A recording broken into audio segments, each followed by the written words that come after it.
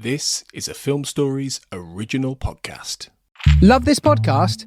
Support this show through the Acast supporter feature. It's up to you how much you give, and there's no regular commitment. Just hit the link in the show description to support now. My dad works in B2B marketing. He came by my school for career day and said he was a big ROAS man. Then he told everyone how much he loved calculating his return on ad spend. My friends still laugh at me to this day. Not everyone gets B2B, but with LinkedIn, you'll be able to reach people who do. Get a $100 credit on your next ad campaign. Go to linkedin.com/results to claim your credit. That's linkedin.com/results. Terms and conditions apply. LinkedIn, the place to be, to be. Explaining football to the friend who's just there for the nachos? Hard. Tailgating from home like a pro with snacks and drinks everyone will love? An easy win. And with Instacart helping deliver the snack time MVPs to your door, you're ready for the game in as fast as 30 minutes. So you never miss a play or lose your seat on the couch or have to go head-to-head for the last chicken wing. Shop Game Day Faves on Instacart and enjoy $0 delivery fees on your first 3 grocery orders. Offer valid for a limited time. Other fees and terms apply. Ryan Reynolds here from Mint Mobile. With the price of just about everything going up during inflation, we thought we'd bring our prices down. So to help us, we brought in a reverse auctioneer, which is apparently a thing. Mint Mobile Unlimited Premium Wireless. How to get 30, 30, bit to get 30, bit to get 20, 20, 20, bit to get 20, 20, bit to get 15, 15, 15, 15, just $15 a month? Sold! Give it a try at mintmobile.com/switch. $45 upfront payment equivalent to $15 per month. New customers on first 3-month plan only. Taxes and fees extra. Speed slower above 40 gigabytes per detail.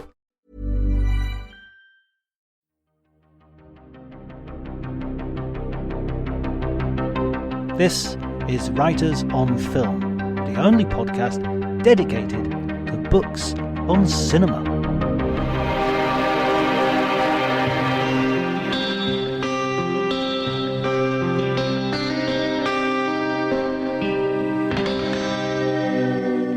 Hello everyone and welcome to Writers on Film. My name's John Bleasdale. I'm a writer and film critic. Today I'm going to be talking to Matthew Asprey. He is the author of 2 books about cinema, which we'll be discussing: Mosby Confidential, Arthur Penn's Night Moves and the Rise of the Neo-Noir, and At the End of the Street in the Shadow, Orson Welles and the City.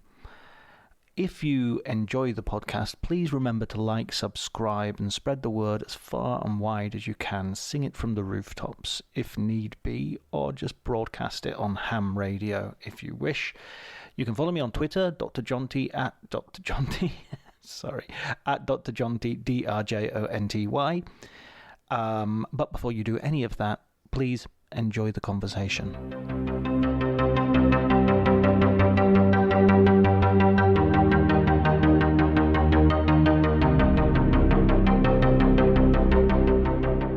Sight and Sound did a issue very recently. I'm not sure if you got the opportunity to see it, but of like hidden heroes of the film industry. Mm-hmm. And I was asked to contribute any names that I felt would be, and I immediately thought, oh, Alan Sharp is an example of somebody that maybe the name doesn't ring many bells, but has contributed quite significantly to film in the last few decades. And I got a reply back saying, you're the 5th person to suggest Alan Sharp. So I was thinking, oh, maybe not that hidden to a certain group of people, certainly. And when I read your book, the thing that struck me immediately was Alan Sharp seemed to be very much your entry point into Night Moves, the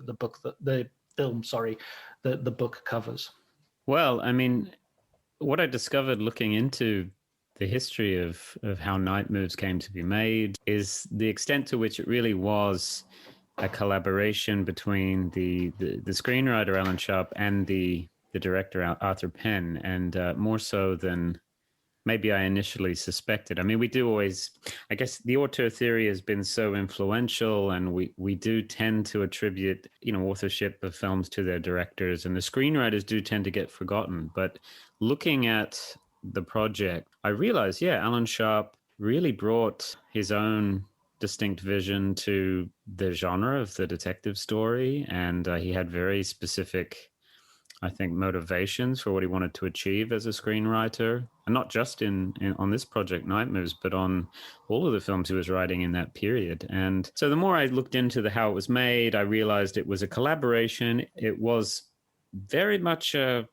combative collaboration. It ultimately turned out to be that way. Two artists who, were not necessarily on the same page in every respect. They had very different outlooks on things, political outlooks, I think, and just generally like attitudes towards the world. So it was a really unusual collaboration, but I definitely started to discover the extent to which Alan Sharp really was the co-author of this film with Arthur Penn. Yeah, so the book, as I started to write the book, I realized it was the story of Alan Sharp and his entry into Hollywood in the early 70s, this really remarkable arrival as a screenwriter, and in tandem with the story of Arthur Penn, who was going through his own career crisis at the same time. So I started to see the parallels in their lives, and also the very different backgrounds they were coming from, and how this sort of collided on this project. And the ironic result of the collaboration was the film, I think, is the best thing either of them worked on, even though neither of them were happy with the final result. That was a really weird irony at the end of the book. Is you get this sense that they're. But let's not go too far too fast.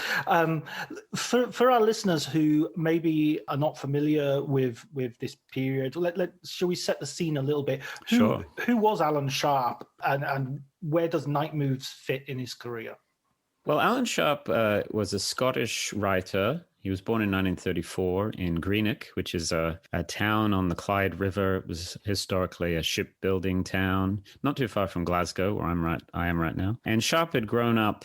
I mean, he was adopted as a baby and grew up with this very stern religious family. And then ultimately he found out as a teenager that he was adopted, and this kind of set him off on this quest to discover who his real parents were. And he did contact his mother, his birth mother, but his father had died by this time. And I'm setting that background because I think it is so central to Night Moves. I mean, the whole search for the missing parent, or the parent who abandoned you. I mean, that's really the theme of the movie, I think. But anyway, he had a really strange career trajectory as a writer. I mean, he was very working class at a time when there was not a great deal of access to the mainstream media by working class people in Britain, certainly in Scotland.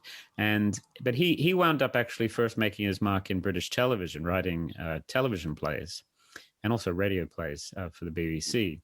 And so that was his activity in the early 60s.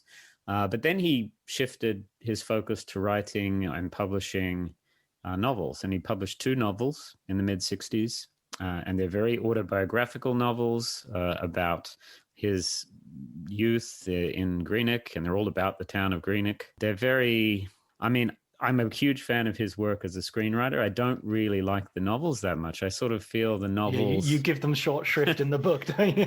I mean, they have their advocates, but... and they were very popular at the time they were published, which is maybe slightly unusual because they're very kind of experimental literary novels.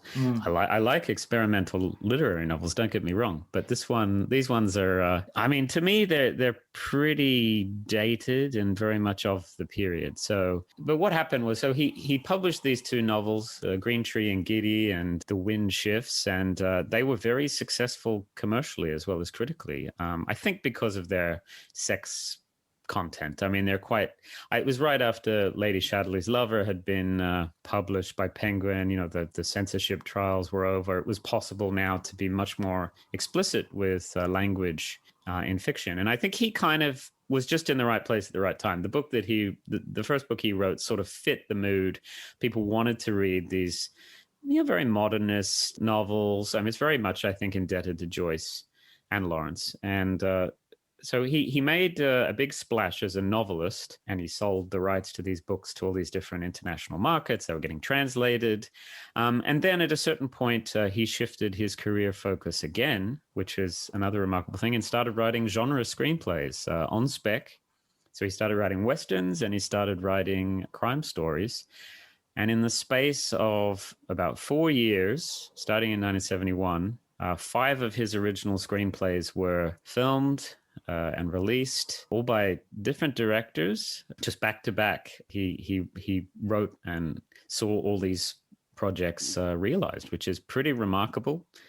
But he worked with directors like Robert Aldrich, who directed Ulzano's Raid. So he did work with the old guard to an extent in terms of older Hollywood directors. He worked with John Huston very briefly. And John Huston was a hero of Alan Sharp's. Alan Sharp's was schooled in the films of Huston and Bogart, as we'll see when we start to talk about Night Moves. But Huston was hired to direct The Last Run, which is a screenplay that was shot in Spain.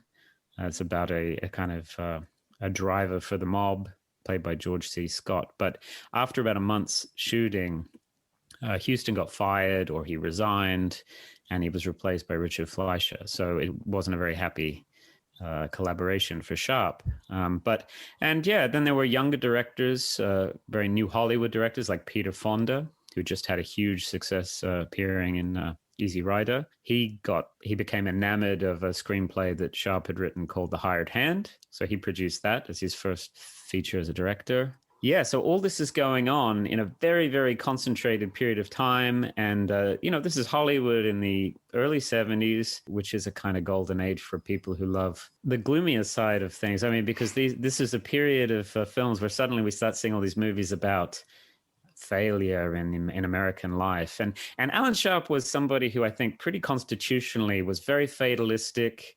He took a very bleak view of things and human relationships. He was very interested in human relationships, but the stories very rarely ended happily. In fact, in all these screenplays he was writing, it's almost, I think in every single screenplay, the lead character dies of a gunshot. It's just like it always ends unhappily.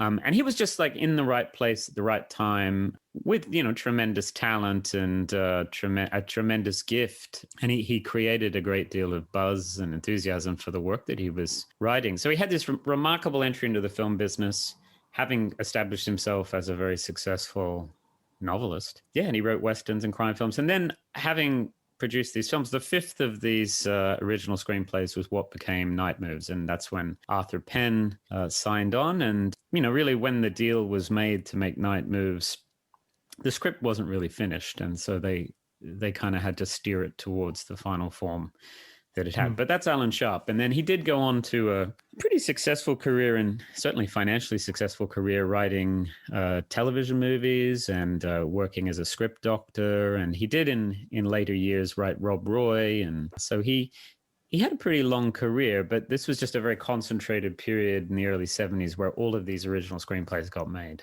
Yeah, I mean, if you look at the career of someone like William Goldman or Robert Towne or any of those big, I mean, numerically, the actual number of screenplays that they produce and actually get on the screen are not that many, nowhere near the number that a productive director will get made.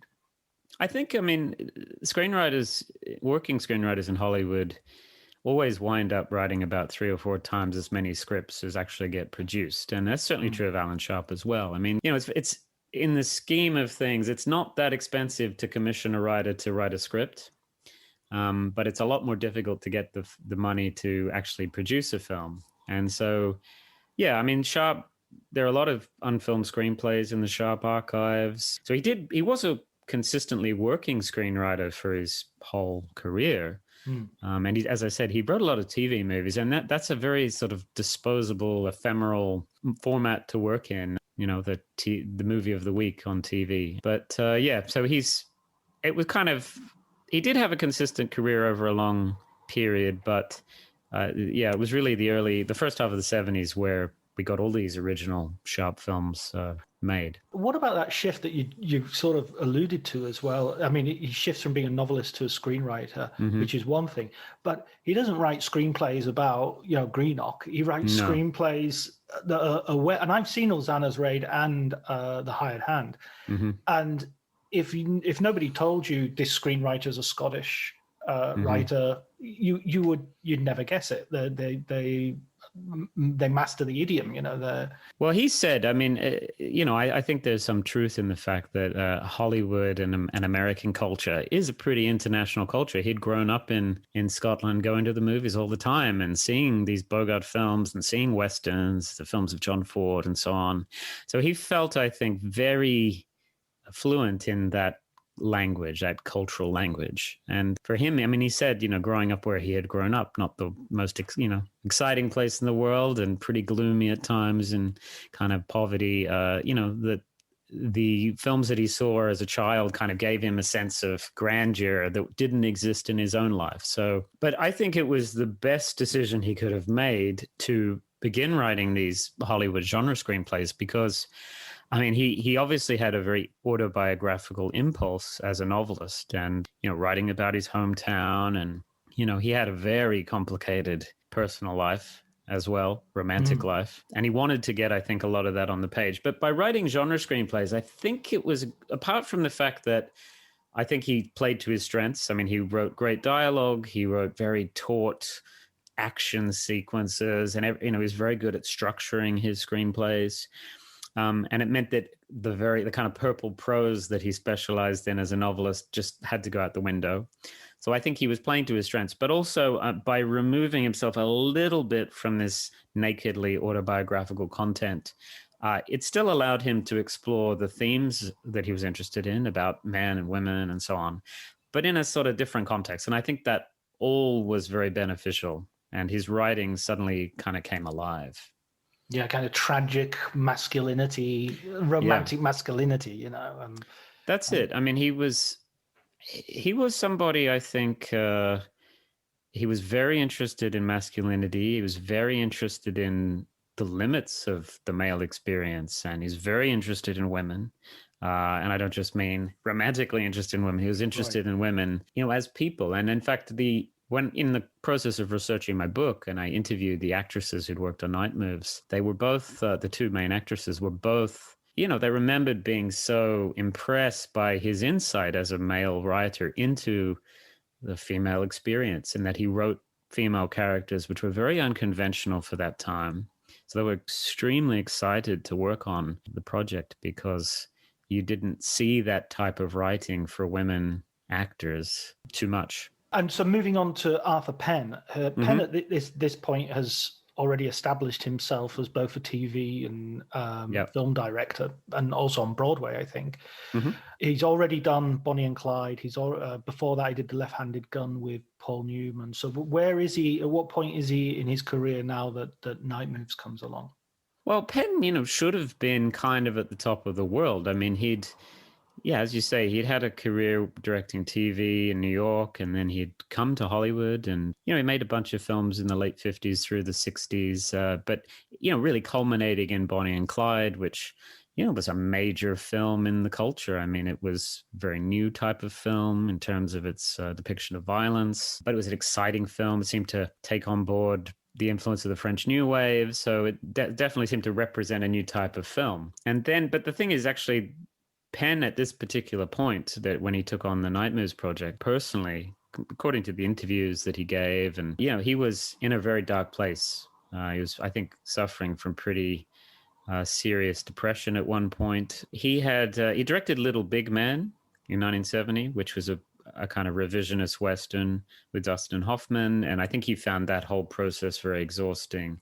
But more than anything, I think politically, and he was very closely aligned with the Civil Rights Movement and Democratic Party. I think the Kennedy assassinations had been very traumatic, and he'd known both the Kennedy brothers. And so I think there was a kind of culmination of just traumatic experiences, and even, I think, more directly traumatic was the fact that he was in Munich in 1972 at the Olympics making a documentary when the terrorist incident occurred where the Israeli athletes were murdered, and he was like right in the middle of all that, that experience. So I think it was just a kind of mounting traumatic experiences for him. So he went into a pretty dark place, and hadn't really worked on a feature after Little Big Man, up until he took on board Night Moves, he really hadn't worked except on that documentary about the Olympics. So he was, he kind of been out of it a little while. I think he was spending time with his family and teaching. But so this was kind of a return to active filmmaking for him when he took on the Night Moves project. But yeah. The sort of the third figure as well that you sort of mentioned as you sort of build up at the very beginning of the book is Gene Hackman, who obviously is the star of the film. If star is the right word for someone like Gene Hackman, because he's such it seems slightly antithetical to his persona, the idea of star. How did he get on board, and how important was his contribution here? Well, I mean, he'd worked with Penn on Bonnie and Clyde. He had a supporting role in Bonnie and Clyde, and that had actually been the film which had made him into a name as a character actor, I think. But then he did The French Connection in 1971, which, won him an Oscar, and he became a leading man, a big star. And so he was really a bankable star at this point, even though, as you say, he was not in any way the kind of conventional Steve McQueen or Paul Newman type star. He was really a character actor who had been elevated into that leading man status, a really truly great actor. So I presume that I don't know the exact details of how Hackman got the role, but I presume he had this established association with Penn. I don't think it was something that Sharp expected, that casting, but it worked out being just a tremendously good choice for this role. Particularly,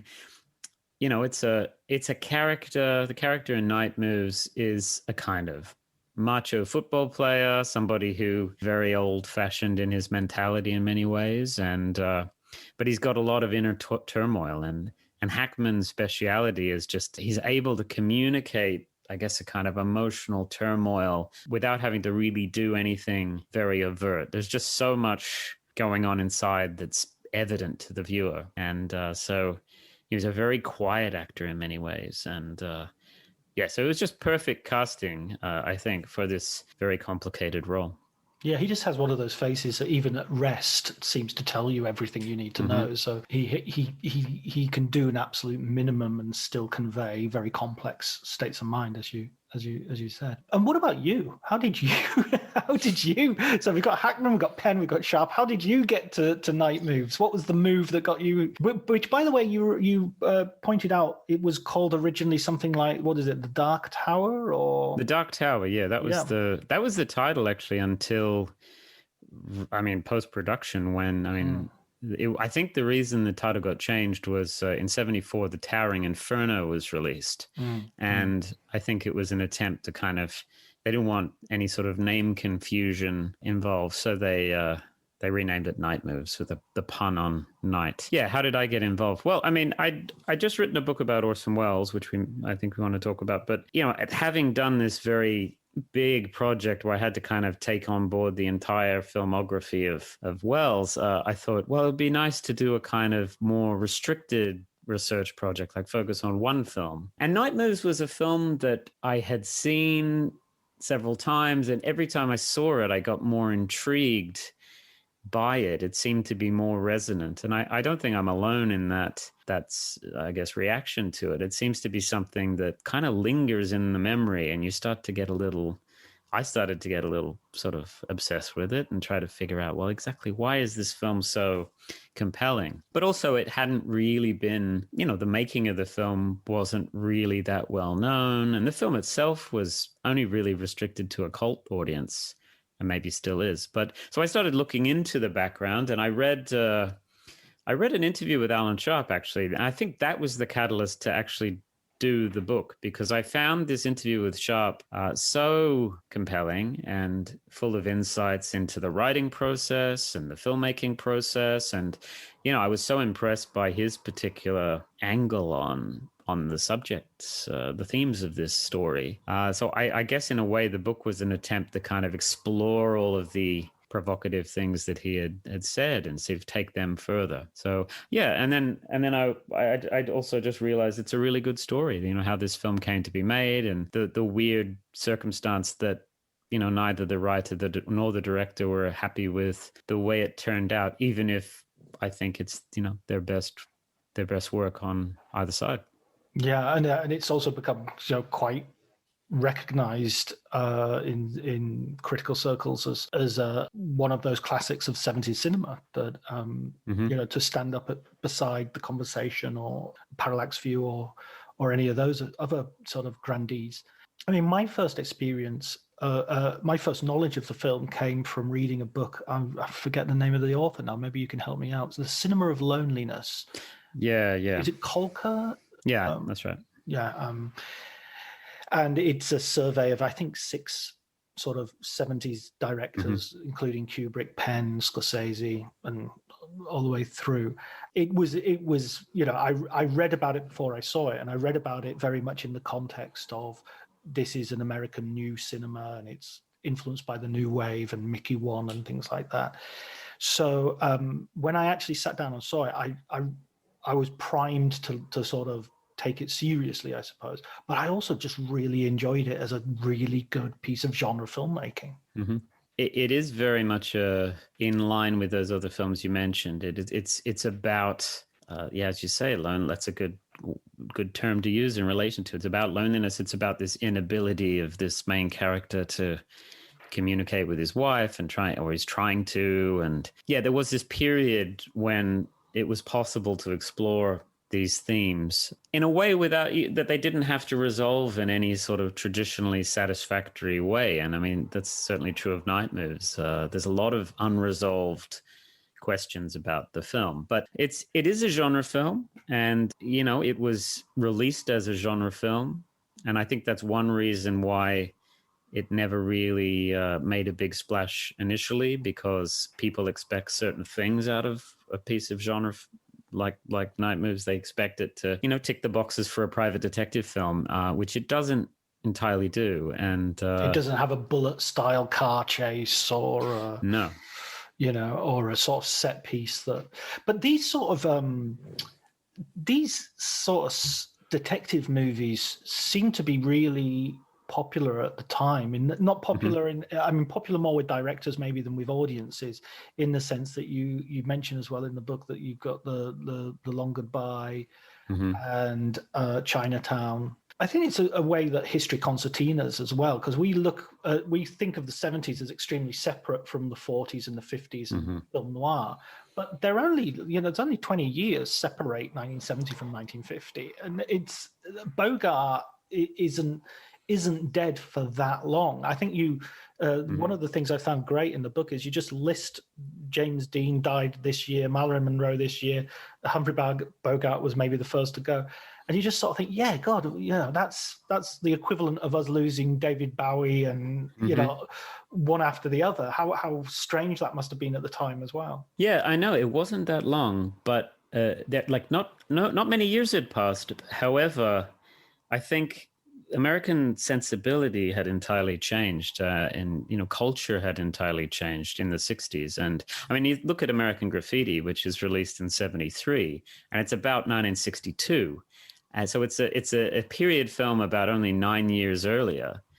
So the equivalent, we're talking in 2021. It's not, it's like what was happening back, in 2012, not much different, you would think. Maybe it was a lot different. But I think there was this sense of, America had transformed, and in every way. And there was a lot of nostalgia for the past, which was manifesting itself in a lot of films being made, like Last Picture Show and American Graffiti and The Sting and The Way We Were. And so all these films are coming out in the early 70s, either period films or films like What's Up, Doc, another Bogdanovich film, which is, screwball comedy, 30s style comedy. So it was, I think partly that was the affection that was present in that time for movies of the golden age of Hollywood was a result of television, because suddenly old movies were on TV. Like what had been a very ephemeral thing was suddenly, you can go and watch old Bogart movies again on TV. And so there was this growing fondness in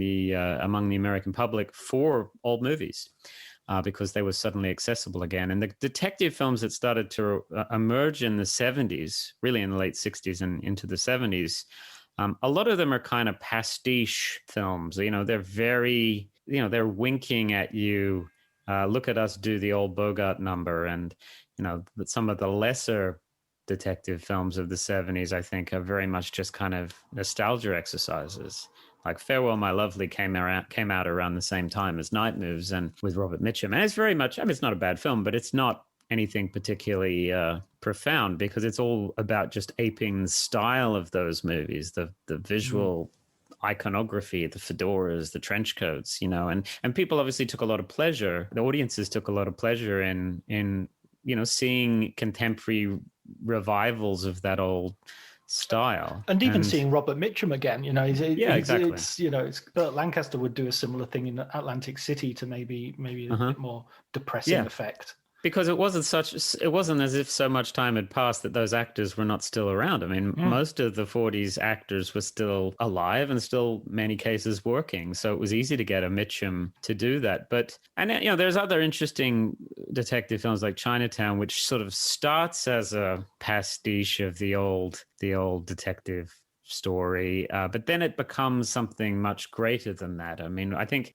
this is something it had in common with Night Moves and The Long Goodbye. You sort of begin the movie and it's like, okay, this is a kind of nostalgic genre exercise. Let's enjoy the pastiche qualities of this detective film. But then it actually winds up making the case that no, this genre is actually a very valid genre to explore issues in the contemporary world. I mean, obviously Chinatown's set in the 30s, but I think it is in many ways also about the era of Watergate, you know? And so, yeah, the detective films kind of had made a comeback, and Night Moves is in the middle of that, but I don't think it satisfied the people who wanted to have a nostalgic good time. And more than anything, I think, you know, timing is so central to the success of any film. Night Moves came out in the summer of 75. It's always, you know, people bring up the fact that it came out, you know, within a few weeks of Jaws, and Jaws was the biggest film of all time and a very different kind of movie. But I also think the fact that it came out right around the same time as two other Gene Hackman movies, you know, French Connection 2 came out the same summer, as did his Western Bite the Bullet. And so if you're a Gene Hackman fan and you're looking at what's on at the cinema, you have other options. And I think Night Moves kind of just fell through the cracks. The reviews were not that great, because I think it really is a film that gains so much on the second, third, or, you know, 20th viewing. And 20th in your case. Yeah, I haven't counted, but it's been a few times. I imagine. So yeah, it's one of those films that, yeah, and you mentioned also films like Parallax View and The Conversation. I think The Conversation, although it was well reviewed and did well at Cannes, I mean, that was not really celebrated as one of the great films of the period at the time. I mean, Godfather was, and Godfather 2, but a lot of the films we are now looking at more with that celebration from that period. You know, at the time, there were so many films being released, and they just kind of came and went in many cases, you know. So, and Night Moves was one of them. Yeah. My perception of The Conversation was the idea that it was kind of almost like what Coppola doing one for himself. You know, he'd done, you know, The Godfather for the studio, and he got The Conversation, then Godfather Part 2, and then Apocalypse Now was a sort of mix of one for himself, one for the studio. But yeah, no, I absolutely accept that. It wasn't. It has definitely taken a complete revaluation, I think. Not that it was ever hated, just that it was, as you say, it was just this small film, this sort of oddity. The figure of the detective kind of changes as well, and I think one of the things that's interesting with Gene Hackman in Night Moves is that, and maybe I was wondering whether this might have something to do with it not fulfilling all those generic expectations. This episode is brought to you by Progressive Insurance. You chose to hit play on this podcast today. Smart choice. Make another smart choice with Auto Quote Explorer to compare rates from multiple car insurance companies all at once. Try it at progressive.com. Progressive Casualty Insurance Company and Affiliates. Not available in all states or situations. Prices vary based on how you buy. My dad works in B2B marketing. He came by my school for career day and said he was a big ROAS man. Then he told everyone how much he loved calculating his return on ad spend. My friends still laugh at me to this day. Not everyone gets B2B, but with LinkedIn, you'll be able to reach people who do. Get a $100 credit on your next ad campaign. Go to linkedin.com/results to claim your credit. That's linkedin.com/results. Terms and conditions apply. LinkedIn, the place to be, to be. I remember Harrison Ford criticizing Blade Runner because I play a detective who does no detecting, and sort of Gene Hackman himself in Night Moves says, I didn't solve anything. It fell on top of me. Do you think that idea of a detective as a sort of a powerful male, well, the knight of the title, as you say, sort of being reduced to this kind of victim of circumstance? I think that was Sharp's interest in writing this film, and one of the reasons why the outcome was a bit contentious between him and Penn. But I mean, Sharp, he loved Bogart films, and Bogart had, in Maltese Falcon and Big Sleep, established on screen the kind of model of the masterful detective who was a kind of macho and who was always in control of every situation and then solved the case. It's sort of like this model of the hero. I think Bogart certainly had introduced this new type of screen hero with Sam Spade in Maltese Falcon.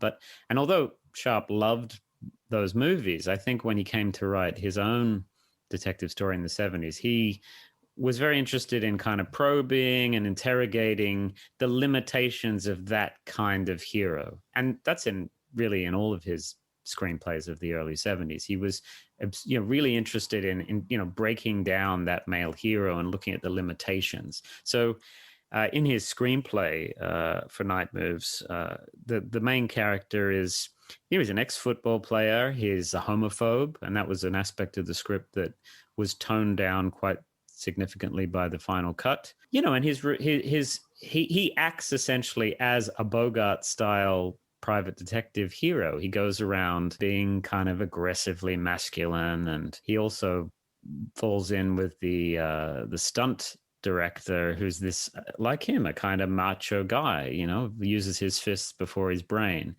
And I think Sharp's intention was to show that understanding of the world, that understanding of men and women, was very limiting. That the world was a much more complicated place than, the Maltese Falcon would indicate. And so the fact that Harry Mosby's wife is cheating on him with this guy who, isn't kind of clearly an intellectual, he's also somebody physically very unimposing. He's a guy who walks with a cane. I mean, I think this totally pulls the rug out from underneath Mosby. He cannot understand how that could be the case. How this woman has left him, who's a very kind of aggressively physical guy, for somebody he doesn't understand. And he finds that very, very threatening. And that's, I think, that was Sharp's intention. He wanted to show that, you can't really be in the world in that way anymore and expect everything to work out. So that's why Mosby winds up not solving this case. He's kind of totally befuddled by what he discovers. But Sharp was very much interested in pointing out the limitations of that kind of masculine hero. The film pulls back a little bit from that criticism for several reasons. I think partly the casting of Hackman, as great as it is, I don't know necessarily that was exactly what Sharp had in mind for the character. I think he was thinking of a more simplistic kind of macho hero. And Hackman, because he has so much obvious sensitivity, even if it's not expressed, it makes for a great performance, but maybe it blunts a little bit what Sharp was intending to get across. And also the fact that Penn, in the editing, he did make the film and cut it so that these negative qualities of Mosby were very evident. But, then he's, according to Sharp, Penn sort of chickened out at the last hurdle and started to maybe pull certain things out. As I said, there were the homophobia of the main character was more pronounced, and that a lot of that was kind of cut back because they tried to make Mosby into a more sympathetic and less sort of just bluntly macho kind of meathead character. I think that was all to the good. I think what we wound up with is an excellent film. I think Sharp was going for something quite extreme. He really wanted to kind of break apart the genre and all of the kind of founding myths of the detective story. But and Penn had his own sensitivity and sort of managed to kind of find a way to bring back some of the extreme elements and humanize it actually a little bit more, I think. Yeah, I get the feeling that Penn, as a director of drama, had always had his eyes on allowing the audience to have a finger hold on the character and not, not just make someone who's so dislikable that people end up going, well, I don't care what happens to this guy. Yeah. I mean, Hackman had played, he was one of those great actors who could play a really pretty bad character, like pretty bad guy, and you'd still be on his side. I mean, French Connection. I mean, Popeye Doyle is, he's overtly racist, and he was kind of a thug. There's no doubt about that. But Hackman's so charismatic that you don't care. You'll follow him. But so it's kind of a matter of trade-offs in the editing room, I think, trying to find the right balance. And Sharp was, I think, disappointed because he wanted to make a pretty extreme statement, and Penn ultimately decided to go a slightly different way. I saw Hackman in a Western with Oliver Reed and A Hunting Party. That's right, yeah. And he plays a ferocious misogynist in that. So I don't get the feeling that it was anything in Hackman sort of wanting to protect his reputation or anything in terms of how some actors might have done. Some actors might have said, this is too dark for me. Or according to Sharp, I mean, Penn showed a rough cut of the film to his friends in Hollywood and to guys like Jack Nicholson and Warren Beatty and I think Terrence Malick was there, and Robert Towne, I think, was there, who'd written Chinatown. And their response was, you got to tweak this because the character's so unlikable. And Penn ultimately decided that advice was good. And this is Sharp's telling of this scenario, and Penn didn't really speak about it, the decision making. But Sharp, I think, sort of felt like Penn had gone and hung out with his macho friends, and they were all kind of offended by the film, so they told him to change it, and he kind of went along with that. But yeah, I mean, that's Sharp side of the story, and I don't know that that's the full story. Yeah, and you made that clear. But I mean, I suppose like the end of Night Moves, where you're not quite sure what the conclusion is, but it's very far from a happy ending. That reflects the sort of ending of the production of the movie as well, with this sort of sense of uncertainty and people walking away not particularly happy with what they've done, even though, as you say, it's something of a modern classic. It's not a happy ending. That's the thing. I mean, nobody's going to walk out of Night Moves thinking, wow, that's affirmed all my prejudices about the world. I mean, I think it's very provocative. It's a really dark film. But I mean, Sharp wanted it darker, and I mean, there's little things changed. Like you may remember towards the end of the film, there's a fist fight between Hackman and the guy down in the Keys, and it's very bloody kind of fist fight. I mean, in the script, that guy dies from his injuries in the fight, and if you look closely at the scene as it's edited, there's a line dubbed. Jennifer Warren dubs a line which basically says he's still breathing, he's okay.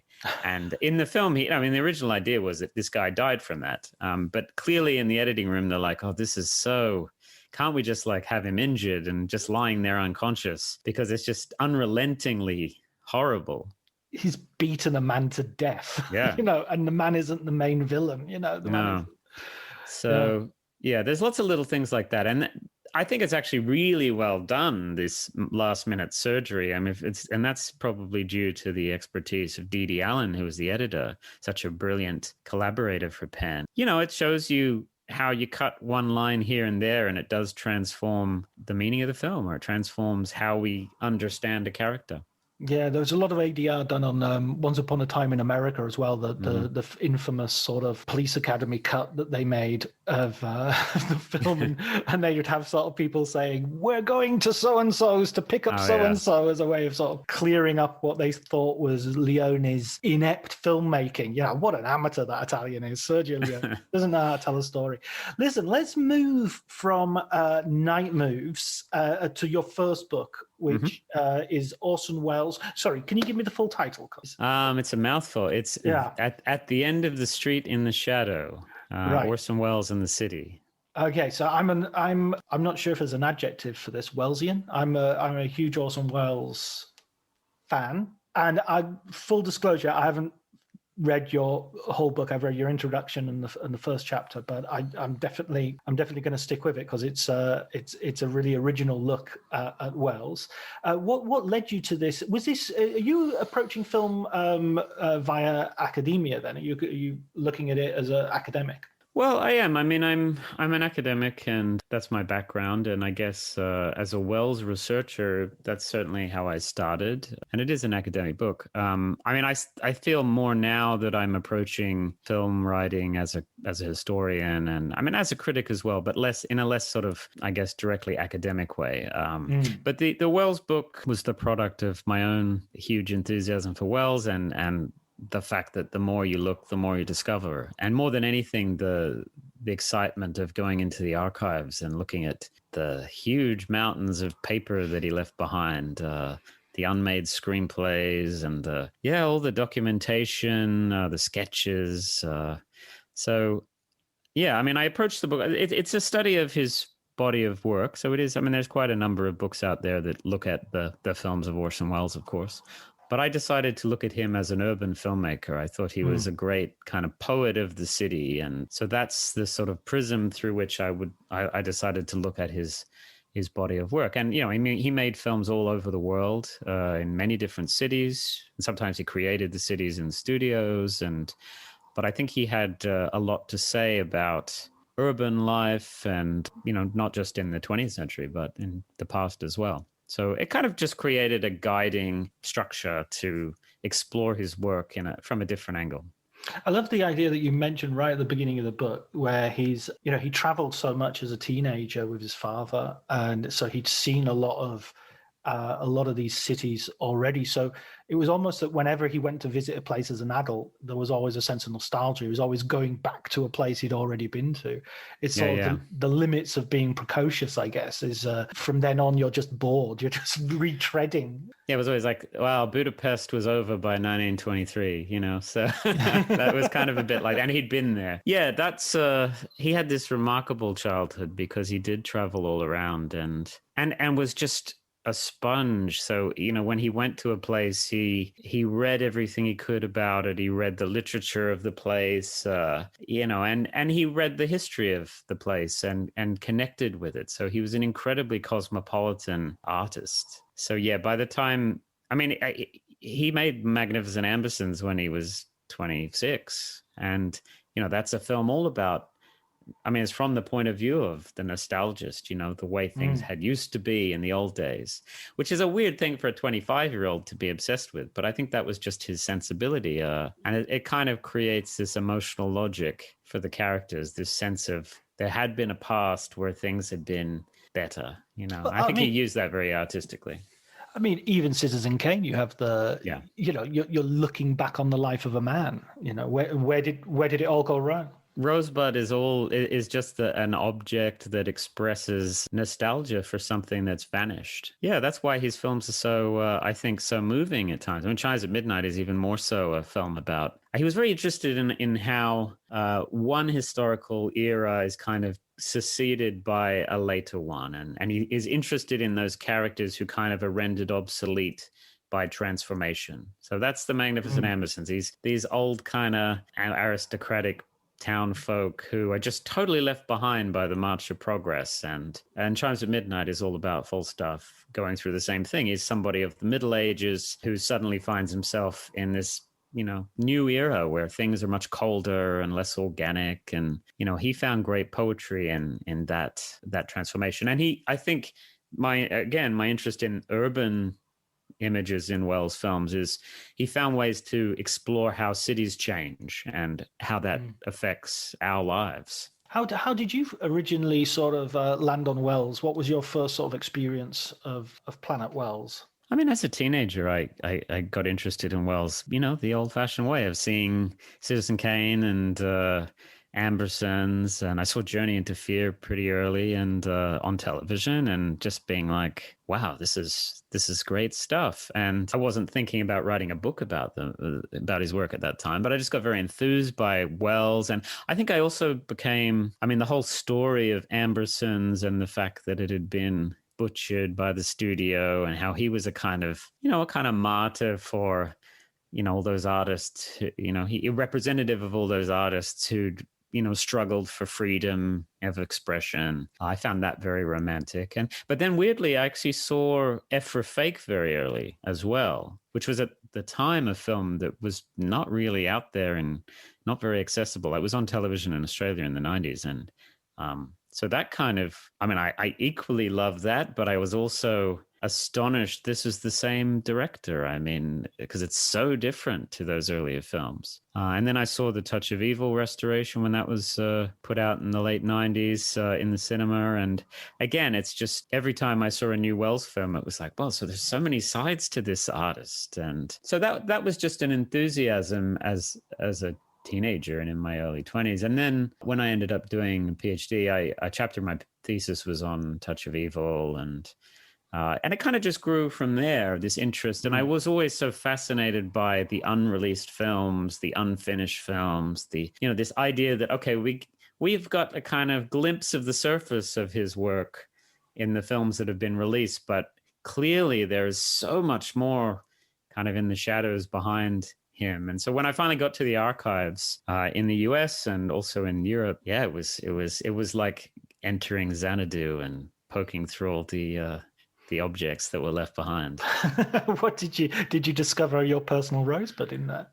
There's a lot of rosebuds in there. It's well, that's the other thing. I mean, I ultimately come to specialize in looking at his unmade screenplays, right? Because there's dozens and dozens of scripts that he wrote for films that was never able to get the money to make. And, some of them have been looked at pretty extensively, but there's a lot of others that nobody has ever really looked at in any depth. And, they're kind of the undiscovered country for me. So you would think there would be like a collected edition of Welles's writing. I mean, from screenplays to essays to journalism, like a proper authoritative. Yeah, I mean, lots of stuff has been published, but still it's only a very small proportion of all that exists.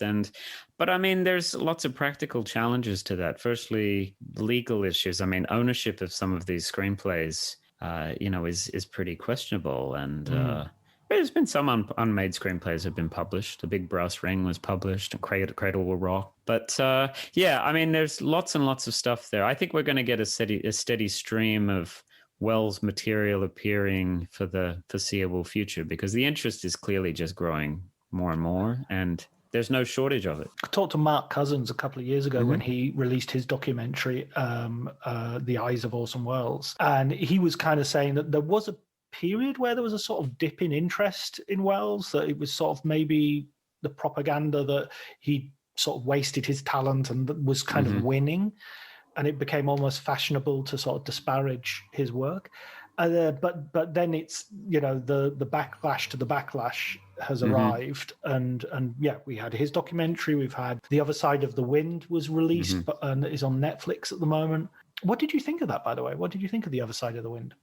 I'm extremely happy that this happened, because, anybody who's been into Welles for years, this has been this sort of legend. So firstly, just to say, the fact that it actually was achieved, I think, is remarkable, considering all of the challenges of that.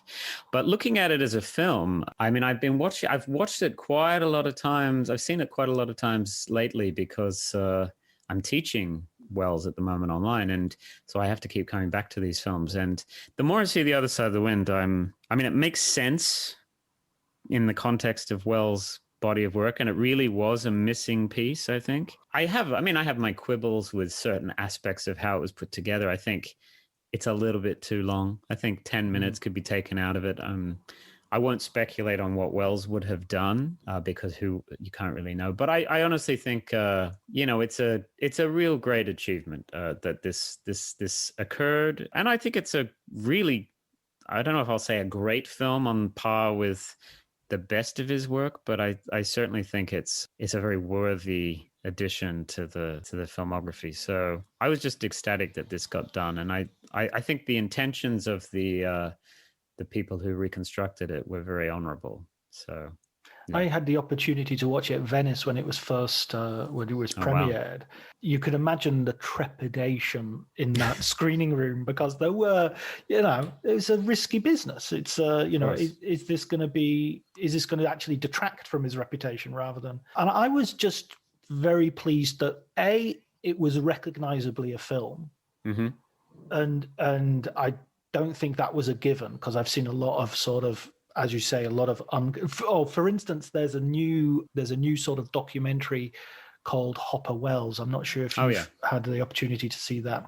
Yeah. Whereas I think that is kind of not really a film, if you know what I mean. It's you're kind of watching B-roll, and it's fascinating and interesting. And for the completist, yes, definitely watch it. But if somebody's sitting down and they don't know much about the context or anything like that, it's just not a film in that sense, I don't think. No, I was a bit, I objected a little bit to this whole directed by Orson Welles credit. I think a better credit would be something like from the Orson Welles archives, because it is just fragments of, it's takes, well, they're just improvising, and there's this blurry line between an actual conversation that Welles and Hopper are having and Welles getting into the main character of The Other Side of the Wind and provoking that Dennis Hopper. And I think Hopper's making up a lot of stuff at times as well. So it's very interesting. But Other Side of the Wind, it was a big leap of faith. And I'd read the screenplay and I'd seen various fragments. And to be honest, I never really got it. And I had the idea that, Welles is at his best, I think, on film when he's adapting an existing literary source. I think he was just so masterful at writing adaptations of existing works. But his original scripts, there's not too many of them. Mr. Arkadin was an original script. Big Brass Ring was. But there's not too many of them. And I don't really think that was his best mode, because I think there's certain dramatic failings or limitations to his own original scripts. Even Citizen Kane was obviously a collaborative work. I think he worked really well when he had to rewrite something. No, wait a second. Citizen Kane was written entirely by Mank. Entirely by Mank, according to... That's what they say. Well, knowing Welles, I don't think he would have just shot a Mank screenplay. I'll just say that. But no, that's been put to bed long ago. Yeah. But he was great at rewriting things and tweaking things. And Touch of Evil, for example, I think is an amazing example of taking a not very good screenplay and a not very good novel and just transforming it into this totally brilliant piece of writing. But yeah, so I was a bit hesitant about The Other Side of the Wind. I read it and I was like, I don't quite get what he's trying to achieve with this screenplay. I don't really understand it. And then seeing how it was put together, I actually realized, okay, it does work. His instincts were very good. I do think there is a sort of limit, a dramatic sort of limitation to the film, because not that much really happens dramatically throughout the film. It's very sort of episodic in its structure. But, that's one criticism. But I think in many other ways, it's a really good film. What did you think of it?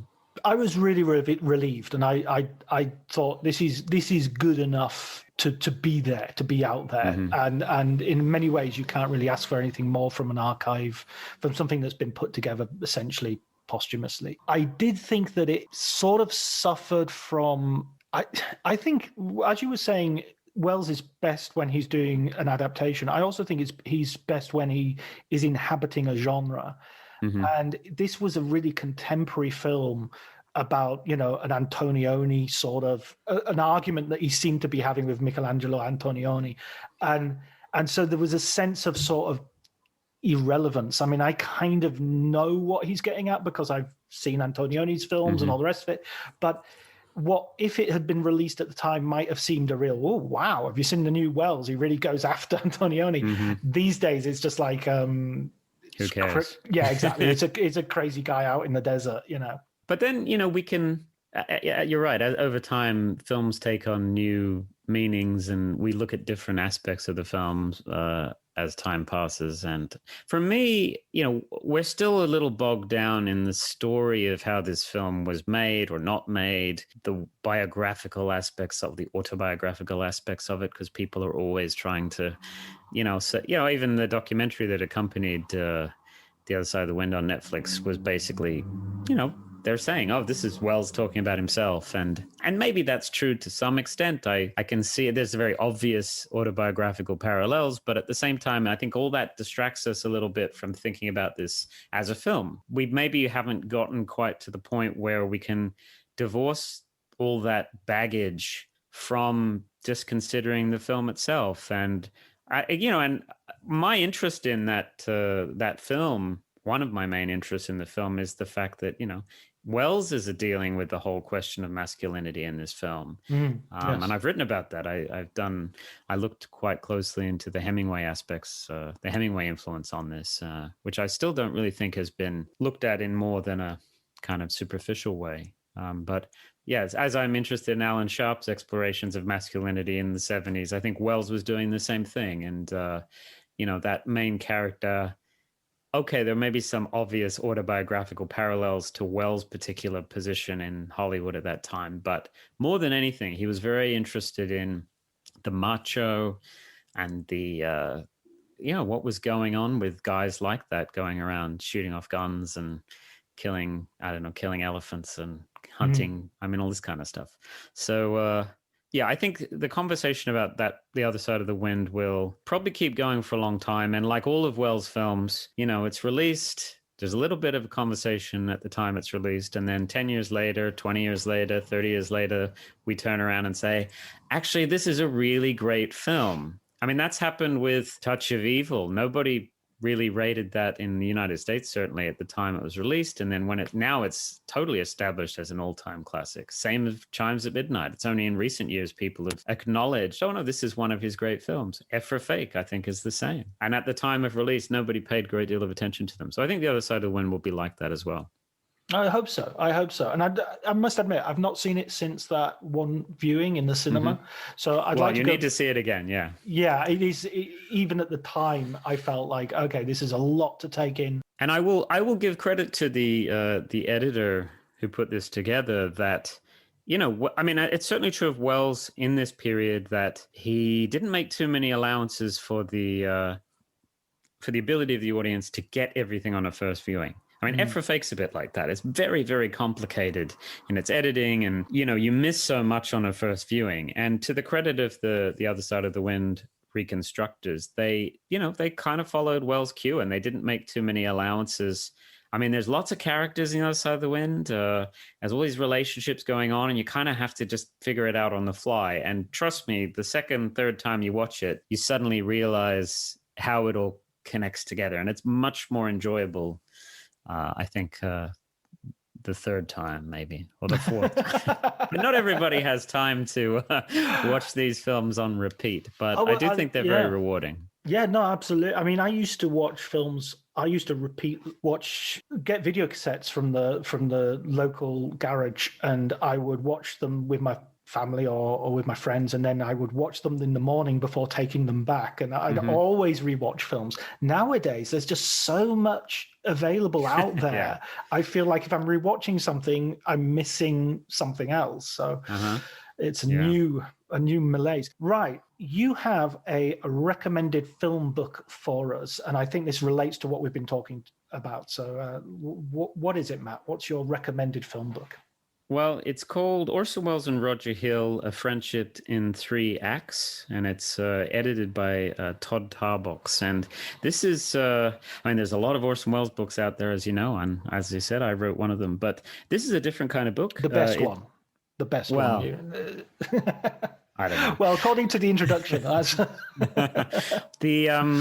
But this particular book, the Welles and Roger Hill book, it's a transcription of conversations these two guys had in the last couple of years of Welles' life.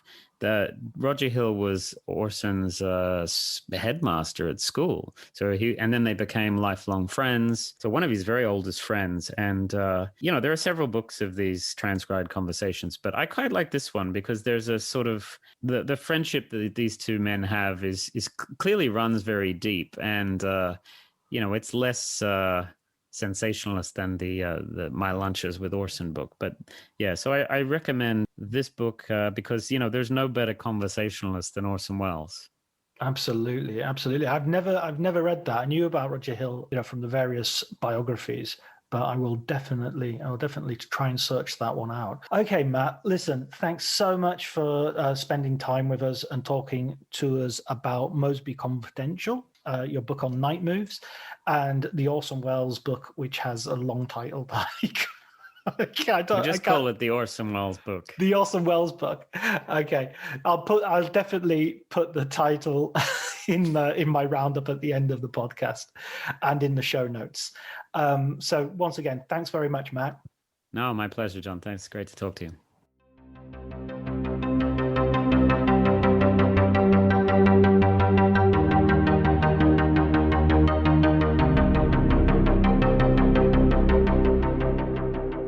Okay, that was my conversation with Matthew Asprey, who I called Matt all the way through there because we're good mates after that conversation, I guess. The title of the Orson Welles book, the full title of the Orson Welles book, was At the End of the Street in the Shadow, Orson Welles and the City. His book about Alan Sharp, Arthur Penn, Gene Hackman, and Night Moves is called Mosby Confidential, Arthur Penn's Night Moves and the Rise of the Neo-Noir. And both of those books come highly recommended. And his recommended film book was Conversations between Orson Welles and Rich Hall, I want to say, the name of his headmaster at school. I can't remember it exactly now. Okay, wait a second, I'm going to stop the recording and then look it up. No, it was called Orson Welles and Roger Hill, A Friendship in 3 Acts. Okay, so that's the recommended book. Thanks go to Ellie Atkins for the music, Ali Harwood, who helps out with the art. Thank you also all for listening, and until next week, please take care.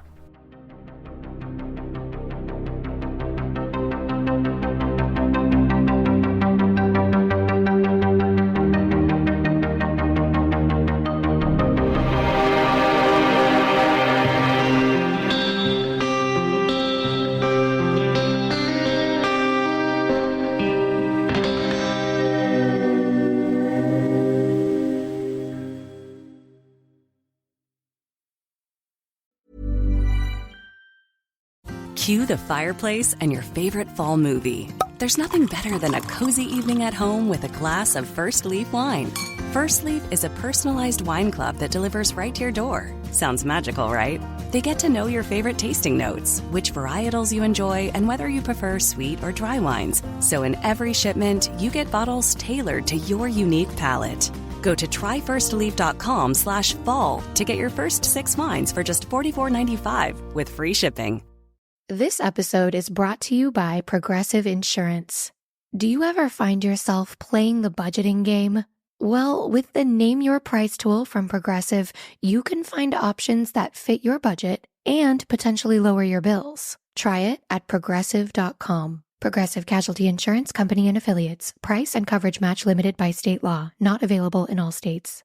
My dad works in B2B marketing. He came by my school for career day and said he was a big ROAS man. Then he told everyone how much he loved calculating his return on ad spend.